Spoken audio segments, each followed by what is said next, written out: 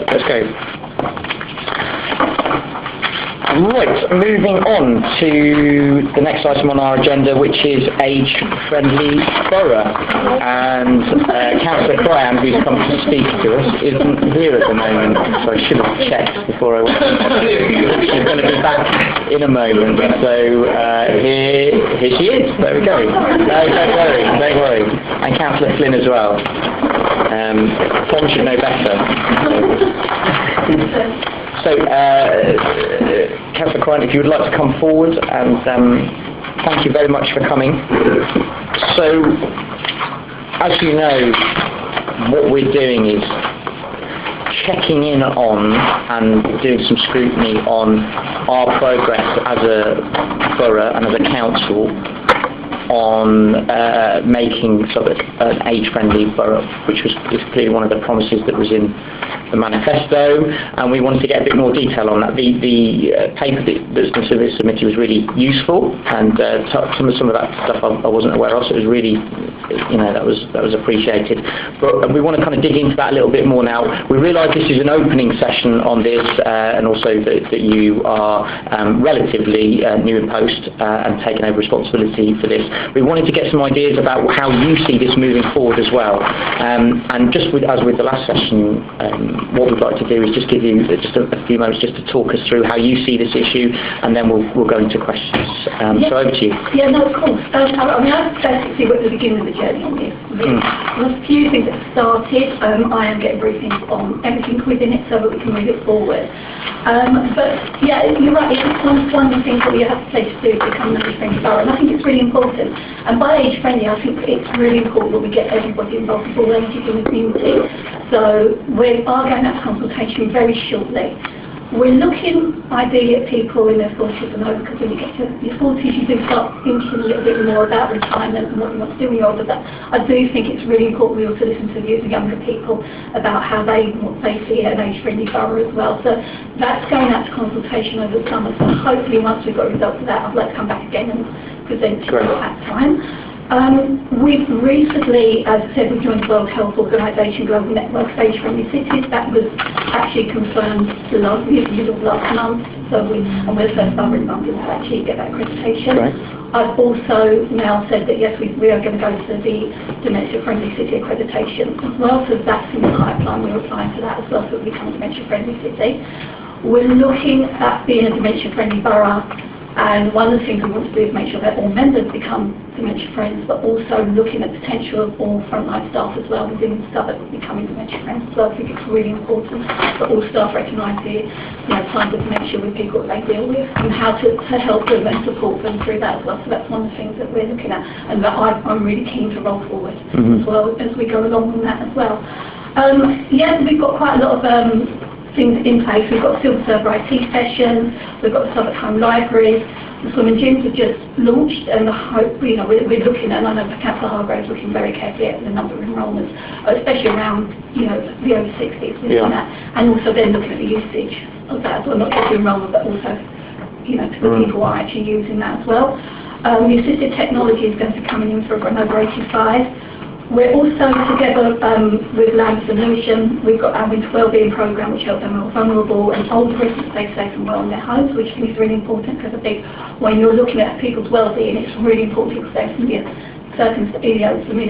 places, that they are independent in their own homes as long as possible. So having to help and support that is really, really vital and important within that as well. And we've got our help and handy person who comes in for anybody, whether a tenant, leaseholder, or over their own property, to do some little jobs for people, older people if they need them, like putting up shelves and hanging curtains, those sorts of things. Which again, I think is a really important thing for some people. It helps them maintain their independence around that as well.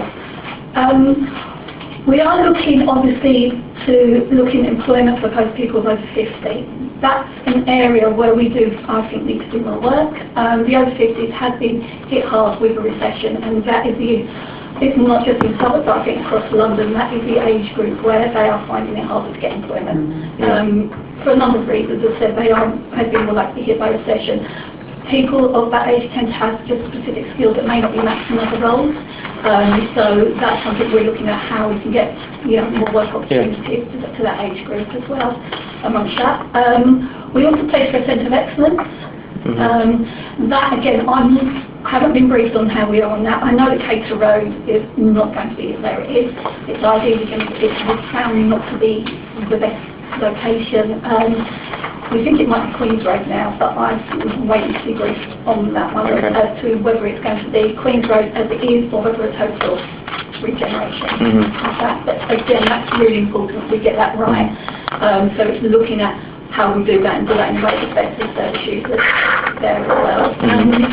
And also the age-friendly homes, how we can incorporate that within the regeneration plan on the hours repay gate and the sea panels of water, how we can make more age-friendly homes. And again, that's something that I have got a briefing on in a couple of weeks, so I can't really give specifics around that today because I've not been told what the plan is on that yet. Okay. Yeah. So that's sort of where we are. So at the moment, I would say we're at the start of the journey. Yeah. But I'm keen to make sure that it's pushed forward as quickly as possible, but to make sure that we're doing it properly. Not rushing it through, but making sure that every step of the way we are doing the right thing and making sure that we are totally age-friendly. Good. I just want to jump in and ask about an issue that I feel quite strongly about, which is, the isolation of some older people and the misery that can cause for people. Obviously, by definition, that's a tricky one to break down because people who are isolated, we're not necessarily going to know about them. So the services that we provide in terms of getting people to go out and talk to them and working with other voluntary sector organisations to ensure that people do have visits, they are talking to people and they're getting out of their houses when they can. How are we making sure that that message is getting out there and that we're reaching people who, by definition, are very difficult to get to? I think you are right, and it is an issue. However, I've been to see CAS and I've been to see quite a few of the older people charities, and they're not saying that actually they're befriending rates. They actually get more people volunteering to befriend, and people in the community actually knowing people, recommending them to charities. And I think maybe the awareness should be the fact that do you know somebody who could benefit from befriending, rather than asking for somebody to come to you to be befriended. But the befriending service, I was actually at a reception for Southwark Irish pensioners last week, and they're saying actually they're getting more call on the befriending service now than the people dropping into their day centre. Really? Yeah. So people are coming forward to doing that, and are they getting the people to send those people to go and see them? Yeah, they are actually. That's what they're saying. There's been a sort of marked change that people are coming. They can spare a couple of hours a week to help with friends. I'm interested at home talent, so we've noticed an increase in our befrienders. And so some Irish pensioners have said they've seen an increase. So it seems to go right there. But I do think that you're right. That is something we need to monitor and make sure it's going on the right trajectory there as well. Good. Yeah. Tom. You didn't indicate, sorry. Amazing. Thank you. Thanks, it's really interesting, and like you say, beginning of a journey, but an exciting one, I hope. I wanted to ask a little bit more about what you touched on, kind of getting the over 50s back into work who have been hit most hard by the recession, and certainly that's something in my ward I've come across on numerous occasions, and is something that I think is it's really tragic actually, because we've got a wealth of experience and people who are still physically able to work and have a huge amount of knowledge and a huge desire to work, and who do not want to be dependent on benefits, being dependent on benefits because they can't. They either need upskilling, retraining, just better advised perhaps. I was just wondering at this stage, is there anything else you can elaborate on what that plan might look like or how you're going to go? We're actually Southwark now. They have priority areas they need to focus on, and the over 50s has now become one of their priority areas. And Southwark are looking at ways in which we can do that in that respect. I also know that when Southwark CAB do their welfare reform workshops, that there are people there who come to them and they can help point them in the right direction as well. But I think it's something that obviously Jasmine will know when we were looking at how we can help people. The over 50s were a big issue that came up there, the fact that we know that there is a problem.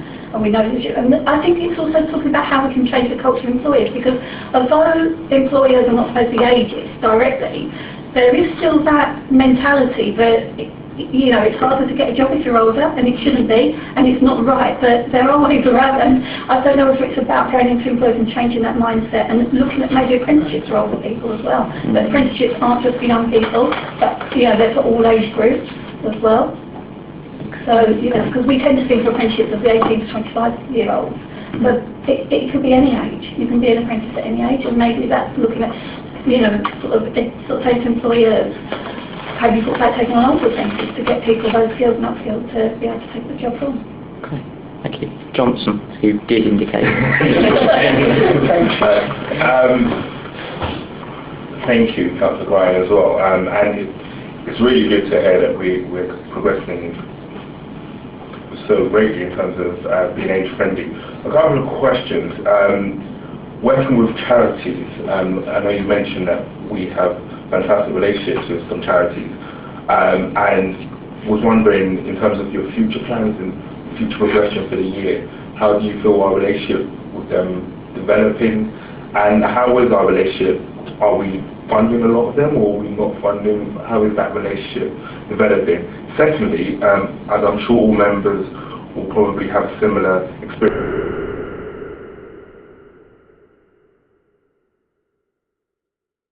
so it's really interesting to hear that you have exciting plans for members involved in getting community involved as well. It would be good to hear about any specific plans you might have in terms of getting members more age-friendly, and my other hat on in terms of community council as well, any plans you might have with that as well. Okay, we start with the voluntary sector. I am working my way around meeting all the